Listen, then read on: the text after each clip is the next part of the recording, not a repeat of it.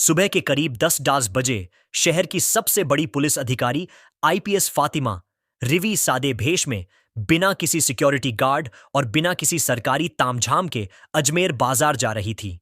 वह खुद अपनी आंखों से देखना चाहती थी कि पुलिस आखिर आम लोगों के साथ कैसा व्यवहार करती है।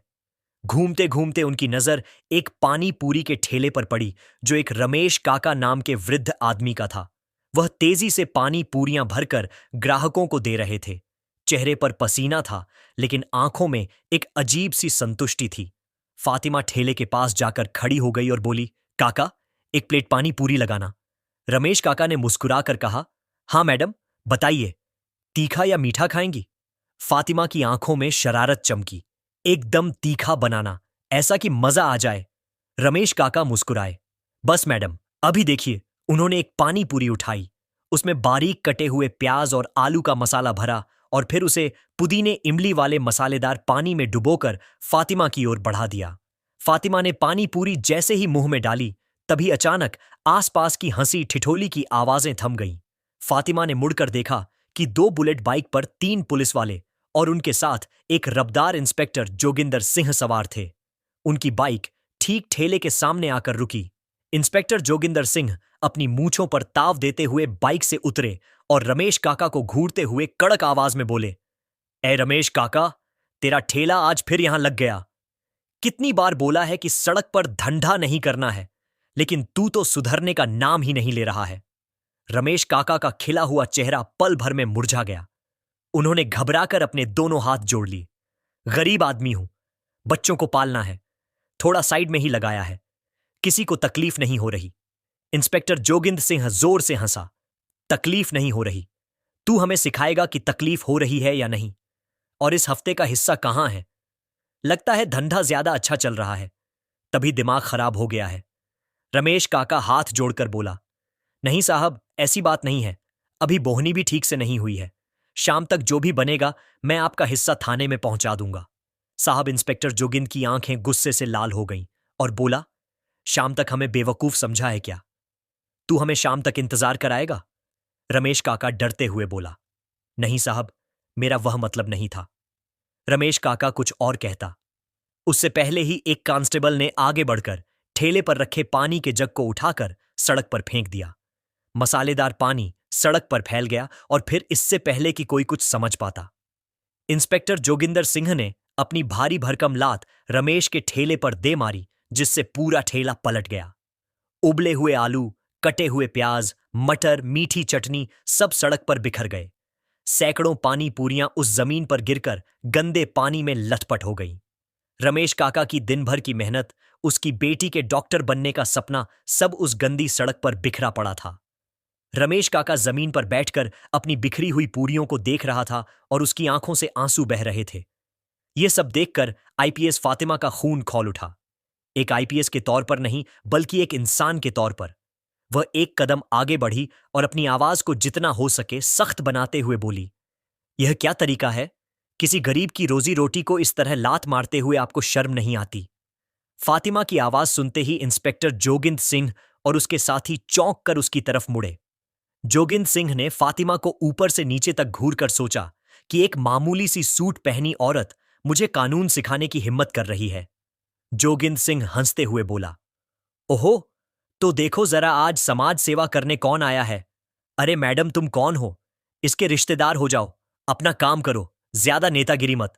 यहां झाड़ो। कांस्टेबल बंटी ने भी हंसकर कहा, लगता है मैडम नई नई इस शहर में आई हैं, इन्हें पता नहीं इंस्पेक्टर जोगिंदर सिंह साहब कौन है। फातिमा ने गहरी सांस ली और बोली, मैं कोई भी हूं, लेकिन इस देश की नागरिक हूं। मैं पूछ रही हूं, किस कानून ने आपको यह हक दिया कि आप किसी की मेहनत को ऐसे बर्बाद करें?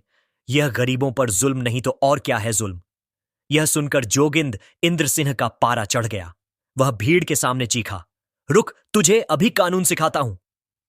अगले ही पल बिना किसी चेतावनी के उन्होंने फातिमा के गाल पर एक जोरदार थप्पड़ जड़ दिया। आवाज इतनी तेज थी कि पांचों पल को जैसे के लाल निशान उभर आए। फातिमा के गाल अवाक थी। किसी को यकीन नहीं हुआ कि एक पुलिस वाले ने खुले बाजार में एक औरत पर हाथ उठा दिया। रमेश काका तो जैसे सदमे में चले गए थे, लेकिन पुलिस वालों को इससे कोई फर्क नहीं पड़ा। वे जोर जोर से हंसने लगे। बढ़िया है, बड़ी कानून सिखाने आई थी। इंस्पेक्टर जोगिंदर सिंह ने अपनी हथेली झाड़ते हुए कहा। अब पता चला पुलिस से जुबान लगाने का नतीजा। फातिमा ने अपना गाल सहलाया। दर्द से ज्यादा उसे बेइज्जती महसूस हो रही थी, लेकिन उसके अंदर का गुस्सा अब आग बन चुका था। तभी एक सिपाही ने उसकी कलाई पकड़ ली। साहब, ले चलें इसे थाने। जोगिंदर सिंह गरजा। हां, ले चलो, वहीं इसकी सारी अकड़ निकाल दूंगा। भीड़ अब भी चुप थी। किसी की हिम्मत नहीं थी इंस्पेक्टर के खिलाफ आवाज उठाने की। हर आंख में पुलिस का डर साफ दिख रहा था। फातिमा को एहसास हुआ कि अब स्थिति गंभीर है। मन में आया कि अपनी असली पहचान बता दें, बस एक फोन करना है और यह चारों उसके कदमों में होंगे। लेकिन फिर उसने सोचा, अगर मैंने अब बता दिया कि मैं आईपीएस हूं, तो यह सब डर के मारे मेरे आगे पीछे घूमेंगे। लेकिन उस आम औरत का क्या, जिसके पास आईपीएस का टैग नहीं है? उसने मन ही मन फैसला किया, मैं अभी अपनी पहचान नहीं बताऊंगी। मुझे देखना है कि यह सिस्टम एक आम बेसहारा औरत के साथ कितनी नीचता तक गिर सकता है। वह चुप रही। पुलिस वालों ने उसे धकेलते हुए गाड़ी में बिठाया और गाड़ी सिविल लाइंस थाने की ओर चल पड़ी। फातिमा खामोश बैठी रही, चेहरा शांत, लेकिन आंखों में तूफान था। रास्ते भर पुलिस वाले बेहुदा मजाक करते रहे। अरे, ये औरत तो बहुत तेज निकली, लगता है किसी बड़े घर की है। अरे नहीं रे, बड़े घर की होती तो भिखारियों की तरह पानी पूरी खाती। जरूर किसी के साथ भागकर आई होगी। हाँ हाँ, थाने चलने दे, सारी हेकड़ी निकाल देंगे। फातिमा ने सब सुना, लेकिन एक शब्द नहीं बोली। हर चेहरे को, हर नाम को अपने जहन में कैद कर रही थी। थाना पहुंचते ही उसे लगभग घसीट कर उतारा गया। इंस्पेक्टर जोगिंदर सिंह चिल्लाए, डालो इसे लॉकअप में। एक महिला कांस्टेबल ने उसे पकड़कर औरतों के लॉकअप में धकेल दिया और बाहर से लोहे का दरवाजा बंद कर दिया। लॉकअप के भीतर माहौल किसी नर्क से कम नहीं था। घुटन भरा कमरा, कोनों में गंदगी, बदबूदार कंबल, कोने में फेंका हुआ। वहां दो और औरतें पहले से थीं। एक का नाम सावित्री, दूसरी 20 साल की कोमल। सावित्री ने सहमी आवाज में पूछा, बहन, तुझे क्यों पकड़ा? फातिमा ने हल्की मुस्कान के साथ कहा, मैंने बस एक गरीब की मदद करने की गलती कर दी। सावित्री ने आह भरी, गरीब? इस देश में गरीबों की कोई जगह नहीं बहन। कानून सिर्फ अमीरों के लिए है। अगर तेरे पास पैसे नहीं या पहचान नहीं, तो यह तुझे बहुत सताएंगे। दूसरी लड़की, जिसका नाम कोमल था, रोते हुए बोली, दीदी, मैंने बस अपनी पसंद के लड़के से शादी करने की सोची थी। मेरे घर वालों ने ही मुझे पुलिस से पकड़वा दिया। ये लोग सुबह से पीट रहे हैं, कह रहे हैं कि कबूल कर, तूने चोरी की है। फातिमा का दिल दहल गया। यही थी जमीनी हकीकत, वही सिस्टम जिसकी वह खुद अधिकारी थी। कुछ देर बाद इंस्पेक्टर जोगिंदर सिंह पान चबाते हुए लॉकअप के पास आए। उन्होंने सलाखों से झांक कर कहा, और समाज सुधारक मैडम जी, कैसा लगा हमारा सरकारी मेहमान खाना? फातिमा ने आंखों में आंखें डालकर कहा, इंस्पेक्टर, तुमने अच्छा नहीं किया।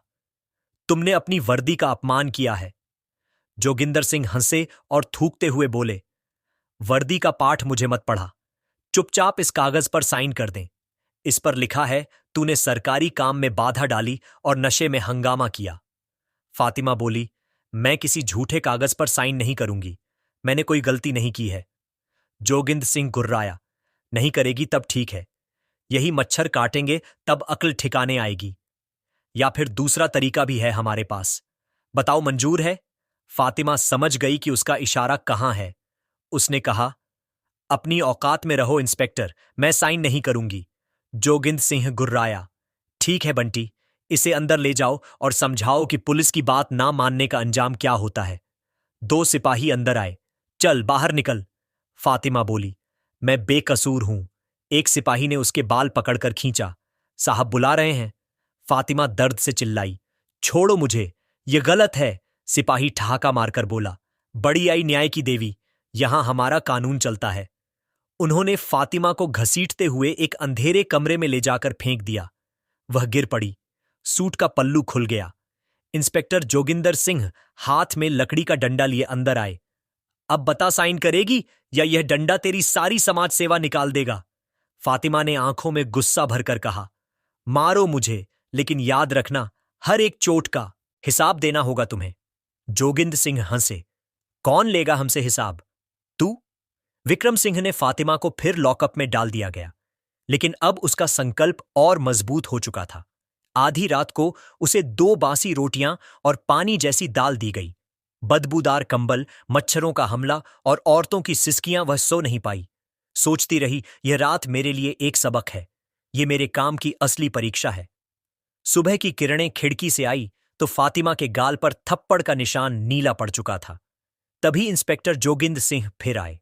वह बोले, अबे आज तेरी किस्मत अच्छी है। चल, तेरी जमानत हो गई। फातिमा, चौकी, मेरी जमानत किसने कराई? जोगिंदर सिंह हंसे। कोई पत्रकार है। कल रात का तमाशा किसी ने उसे बता दिया होगा। तेरे जैसे लोगों को बचाने कोई ना कोई मूर्ख आ ही जाता है। चल निकल यहां से। फातिमा को लॉकअप से बाहर निकाला गया। बाहर पुलिस स्टेशन के वेटिंग एरिया में एक नौजवान लड़की कैमरा लिए खड़ी थी। वह शायद किसी लोकल न्यूज चैनल की रिपोर्टर थी। उसका नाम आयशा था। आयशा ने शायद रमेश काका से या भीड़ में से किसी से खबर पा ली थी। आयशा ने फातिमा को देखते ही अपना कैमरा ऑन कर दिया। मैडम, आप पर क्या आरोप लगाया गया है? इससे पहले कि आयशा अपना सवाल पूरा करती, कांस्टेबल बंटी ने उसे धकेल दिया। कैमरा बंद कर चल भाग यहां से। यह पुलिस स्टेशन है, कोई न्यूज रूम नहीं। इंस्पेक्टर जोगिंदर सिंह भी बाहर आ गया और बोला, चल बे औरत, निकल यहां से। जमानत मिल गई ना, अब ज्यादा तमाशा मत कर। फातिमा वहीं खड़ी रही। उनकी नजरें थाने में इधर उधर घूम रही थीं। थोड़ी दूर पर वहीं बूढ़ी महिला रोती हुई गिड़गिड़ा रही थी। साहब, मेरे बेटे को छोड़ दो, वह बेकसूर है। लेकिन वहां बैठा दरोगा उसे धमका रहा था। भाग यहां से बुढ़िया, वरना तुझे भी पोते के साथ अंदर डाल दूंगा। यह देखकर फातिमा का सब्र का बांध टूट गया। बस बहुत हो गया। इंस्पेक्टर जोगिंदर सिंह ने फातिमा को घूरते हुए कहा, खड़ी क्यों है? दफा हो जा। फातिमा ने गहरी सांस ली। वह धीरे से इंस्पेक्टर जोगिंदर सिंह की तरफ मुड़ी। उनकी आवाज ठंडी, शांत, लेकिन स्टील की तरह सख्त थी। इंस्पेक्टर जोगिंदर सिंह, इंस्पेक्टर जोगिंदर सिंह, जो उसे दफा हो जा कहने वाला था, एक पल के लिए छिटक गया। इसे मेरा पूरा नाम कैसे पता? फातिमा ने अपनी नजरें कांस्टेबल बंटी पर गड़ाई। कांस्टेबल बंटी, फिर उसने बाकी 2 सिपाहियों को देखा, कांस्टेबल अजय और कांस्टेबल भोसले। अब चारों के चेहरे पर हवाइयां उड़ने लगीं। आयशा भी हैरान थी। ये सब क्या हो रहा है? तभी फातिमा ने अपने सूट में से एक छोटा साधारण सा मोबाइल फोन निकाला। ये उनका पर्सनल अनऑफिशियल फोन था। पुलिस वालों के चेहरे पीले पड़ गए। उन्हें लगा कि यह किसी को फोन करके बुला रही है। इंस्पेक्टर जोगिंदर सिंह चिल्लाया, अबे फोन छीन ले इसका। कांस्टेबल बंटी जैसे ही आगे बढ़ा, फातिमा ने अपनी उंगली उठाकर उसे रोक दिया। उनकी आवाज में अब वह अधिकार था जो किसी आम औरत में नहीं हो सकता। अपनी जगह पर खड़े रहो। कांस्टेबल बंटी के कदम वहीं जम गए। फातिमा ने एक नंबर डायल किया। फोन स्पीकर पर था। घंटी बजी। वह कमिश्नर ऑफिस में कॉल लगा रही थी। इंस्पेक्टर जोगिंदर सिंह और बंटी की आंखें फटी रह गईं। फातिमा ने शांत आवाज में कहा, कमिश्नर साहब से बात कराइए। कहिए, आईपीएस फातिमा रिवी लाइन पर हैं। रिसेप्शनिस्ट की आवाज घबराई हुई आई। जी मैडम, 1 मिनट। कुछ ही सेकंड में फोन पर एक भारी आवाज आई, फातिमा जी, आप सब ठीक हैं? आपने इस नंबर पर फोन किया। फातिमा की नजरें अब भी जोगिंदर सिंह पर टिकी थीं, जो पसीने से तरबतर हो रहा था और कांप रहा था। फातिमा ने कहा, नहीं सर, सब ठीक नहीं है। मैं इस वक्त सिविल लाइंस पुलिस स्टेशन में हूं। मैं यहां की मेहमान थी। रात भर आपके लॉकअप में गुजारी है। फोन के दूसरी तरफ सन्नाटा छा गया। कमिश्नर को लगा उन्होंने गलत सुना है। क्या आप लॉकअप में थी? मजाक कर रही हैं मैडम आप। फातिमा ने ठंडे स्वर में कहा, इंस्पेक्टर जोगिंदर से पूछ लीजिए सर। उन्होंने कल रात मुझ पर हाथ भी उठाया था। बाकायदा हथकड़ी लगाकर मुझे यहां लाया गया। मैं चाहूंगी कि आप तुरंत अपनी इंटरनल अफेयर्स की टीम के साथ यहां पहुंचे और हां, एसएसपी साहब को भी साथ लेते आइएगा। यहां सिस्टम में कुछ ज्यादा ही गंदगी फैल गई है, उसे साफ करना है। जी मैडम, मैं बस 5 मिनट में पहुंच रहा हूं। कमिश्नर की घबराई हुई आवाज आई और फोन कट गया। अब पुलिस स्टेशन में मौत जैसा सन्नाटा था। इंस्पेक्टर जोगिंदर सिंह का चेहरा सफेद पड़ चुका था। उसके हाथ पैर कांप रहे थे। वो हकलाते हुए बोला, मैडम, आप कौन हैं? फातिमा रिवी ने अपने बिखरे हुए बालों को एक झटके से संवारा। 2 कदम आगे बढ़ी और जोगिंदर सिंह की आंखों में आंखें डालकर बोली, मैं फातिमा रिव इस जिले की आईपीएस अधिकारी हूं। ये दो शब्द नहीं थे, ये जोगिंदर सिंह और उसके साथियों के लिए मौत का फरमान थे। जोगिंदर सिंह के हाथ से डंडा छूटकर जमीन पर गिर गया। कांस्टेबल बंटी जैसे पत्थर का बन गया था। आयशा का कैमरा अब भी ऑन था, उसका दिमाग घूम गया था। जिले की आईपीएस अधिकारी भेष बदलकर आई और पुलिस ने उन्हें पीटा। यह तो सदी की सबसे बड़ी खबर थी। जोगिंदर सिंह की जुबान लड़खड़ा रही थी। हमसे गलती हो गई मैडम, हमें पता नहीं था। वह घुटनों के बल गिरने ही वाला था कि फातिमा ने अपनी आवाज से उसे रोक दिया। खड़े रहो इंस्पेक्टर। उनकी आवाज में इतना रब था कि जोगिंदर सिंह वहीं जम गया। ठीक 5 मिनट बाद थाने के बाहर सायरन की आवाजों का पूरा काफिला गूंज उठा। एक दो नहीं, करीब आधा दर्जन गाड़ियां जोर से ब्रेक लगाकर रुकी। गाड़ियों से पुलिस के बड़े बड़े अफसर उतरे। सबसे आगे खुद ईएसपी साहब, उनके पीछे एसएसपी और कई दूसरे सीनियर अधिकारी। वे सब लगभग दौड़ते हुए थाने के अंदर आए।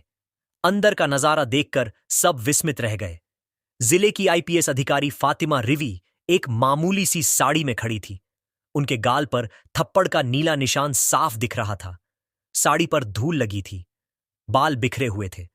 एसपी साहब ने फातिमा रिजवी को देखते ही जोर से सैल्यूट ठोका। मैडम, ये क्या हो गया? उनके पीछे खड़े एसएसपी और बाकी अफसरों ने भी फौरन सैल्यूट किया। थाने का स्टाफ जो अब तक तमाशा देख रहा था, डर के मारे अटेंशन की मुद्रा में खड़ा हो गया। जिस इंस्पेक्टर जोगिंदर सिंह ने कल रात आईपीएस को थप्पड़ मारा था, वह अब थर थर कांप रहा था। फातिमा ने एसपी की तरफ देखा और बोली, कमिश्नर साहब, कल रात मैंने अपनी आंखों से देखा कि आपकी पुलिस आम जनता के साथ कैसा सलूक करती है। उन्होंने रमेश काका के ठेले की पूरी घटना बताई और कहा, जब मैंने उन्हें रोकने की कोशिश की तो आपके इस बहादुर इंस्पेक्टर ने मुझ पर हाथ उठाया, सिर्फ इसलिए कि मैंने गरीब के हक में आवाज उठाई। एसपी का चेहरा गुस्से और शर्मिंदगी से लाल हो गया। उन्होंने जोगिंदर सिंह को घूर कर देखा। जोगिंदर सिंह अब तक जमीन पर घुटनों के बल गिर चुका था। वह दोनों हाथ जोड़कर गिड़गिड़ा रहा था। मैडम, मुझे माफ कर दीजिए, मेरे बच्चों का वास्ता है, मुझसे भूल हो गई, मैं आपको पहचान नहीं पाया। फातिमा की आंखें आग उगल रही थीं। बस यही तो दिक्कत है, वह जोर से गरजी। तुमने मुझे इसलिए नहीं पीटा कि मैंने कोई जुर्म किया था। तुमने मुझे इसलिए पीटा क्योंकि मैं एक आम औरत दिख रही थी। अगर मैं आईपीएस की वर्दी में होती तो क्या तुम मुझे कल रात उस कमरे में पीटते? क्या तुम मुझे झूठे केस में फंसाकर लॉकअप में बंद करते? बोलो जोगिंदर सिंह। जोगिंदर के पास कोई जवाब नहीं था। वह बस माफ कर दो मैडम रट रहा था। फातिमा ने लॉकअप में बंद सावित्री और कोमल की तरफ इशारा किया। कमिश्नर साहब, उन औरतों का क्या उनका कोई हक्का नहीं है? यह पूरा थाना आपकी नाक के नीचे जुल्म का अड्डा बना हुआ है। आयशा यह सब रिकॉर्ड कर रही थी। यह पूरा ड्रामा लाइव जा रहा था। फातिमा ने सख्त लहजे में आदेश दिया, कमिश्नर साहब, इंस्पेक्टर जोगिंदर सिंह, कांस्टेबल बंटी और उनके साथ कल रात ड्यूटी पर मौजूद दोनों सिपाहियों को मैं तत्काल प्रभाव से निलंबित करने का आदेश देती हूं। और सिर्फ सस्पेंशन नहीं, इन सब के खिलाफ एफआईआर दर्ज होगी। मुझ पर हाथ उठाने के लिए, सरकारी कार्य में बाधा डालने के लिए, एक महिला को रात भर गैरकानूनी तौर पर हिरासत में रखने और धमकाने के लिए। और हां, रमेश काका के ठेले को जो नुकसान हुआ है, उसकी भरपाई भी इन्हीं की तनख्वाह से की जाएगी। जोगिंदर सिंह अब जमीन पर लौटकर रोने लगा। मैडम, मैं बर्बाद हो जाऊंगा। मेरी मां बीमार है, मेरी बीवी का क्या होगा? फातिमा ने ठंडे स्वर में कहा, जब तुमने उस गरीब रमेश काका के ठेले को लात मारी थी, तब क्या तुम्हें उसकी बीमार मां या भूखे बच्चों का ख्याल आया था? जब तुमने मेरे गाल पर थप्पड़ मारा, तब क्या तुम्हें अपनी बीवी की इज्जत याद आई थी? पूरे पुलिस स्टेशन में